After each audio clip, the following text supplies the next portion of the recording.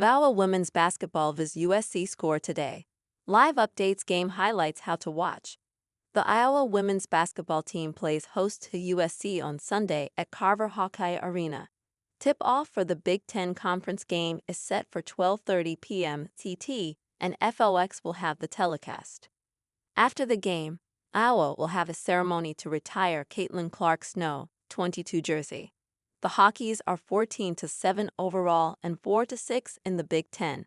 The fourth-ranked Trojans are 19-1 and 9-0. Refresh this page often for updates and highlights from Iowa vs USC. We'd occasionally recommend interesting products and services. If you make a purchase by clicking one of the links, we may earn an affiliate fee. USA Today Network newsrooms operate independently, and this doesn't influence our coverage. WNBA free agency DeWanna Bonner reportedly signs with Fever in latest key addition for Caitlin Clark's team.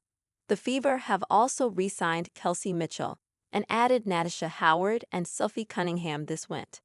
The Indiana Fever's busy offseason continued Sunday when the organization agreed to a deal with six-time All-Star DeWanna Bonner, according to Alexa Filippo. Bonner joins Natasha Howard and Sophie Cunningham as key off-season additions for the Fever, who are wasting no time in building around Caitlin Clark. Bonner's decision to leave the Sun is not surprising given the mass exodus from Connecticut earlier this off-season. However, the general expectation was that Bonner would essentially be a package deal with her fiancé, Alyssa Thomas. That likelihood only seemed to increase when Thomas was traded to the Mercury, where Bonner spent the first 11 seasons of her career. Instead, Bonner decided to sign with the Fever for a chance to play with Clark and reunite with former Sun coach Stephanie White. Bonner, now 37, has been one of the most consistent, versatile, and durable players in the league for well over a decade.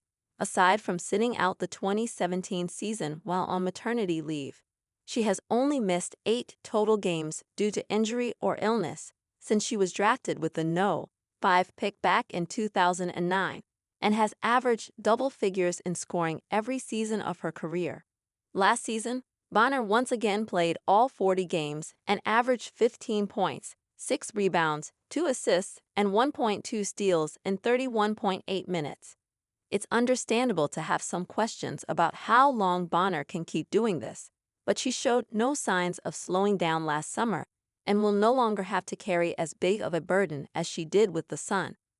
Earlier this offseason, Fever general manager Amber Cox, who worked with the Mercury when they drafted Bonner and was later the Sun's vice president when the team traded for Bonner, said the Fever were targeting 3-and-D type players.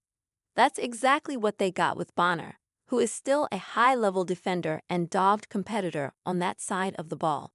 She can guard multiple positions and will immediately improve the Fever's defense, which ranked 11th in the league last season, 107.5 defensive rating. As a shooter, Bonner has always been streaky, but is willing to let it fly, which will help space the floor for Clark and co. And while she made just 29.4% of her overall attempts last season, she was at 36.8% on open catch and shoot opportunities per Synergy Sports, and she'll get plenty of those in Indiana. After making the playoffs last season for the first time since 2016, the Fever were not content on a gradual improvement plan. They want to contend for a title as soon as possible and have moved boldly this winter to try and jump into the mix.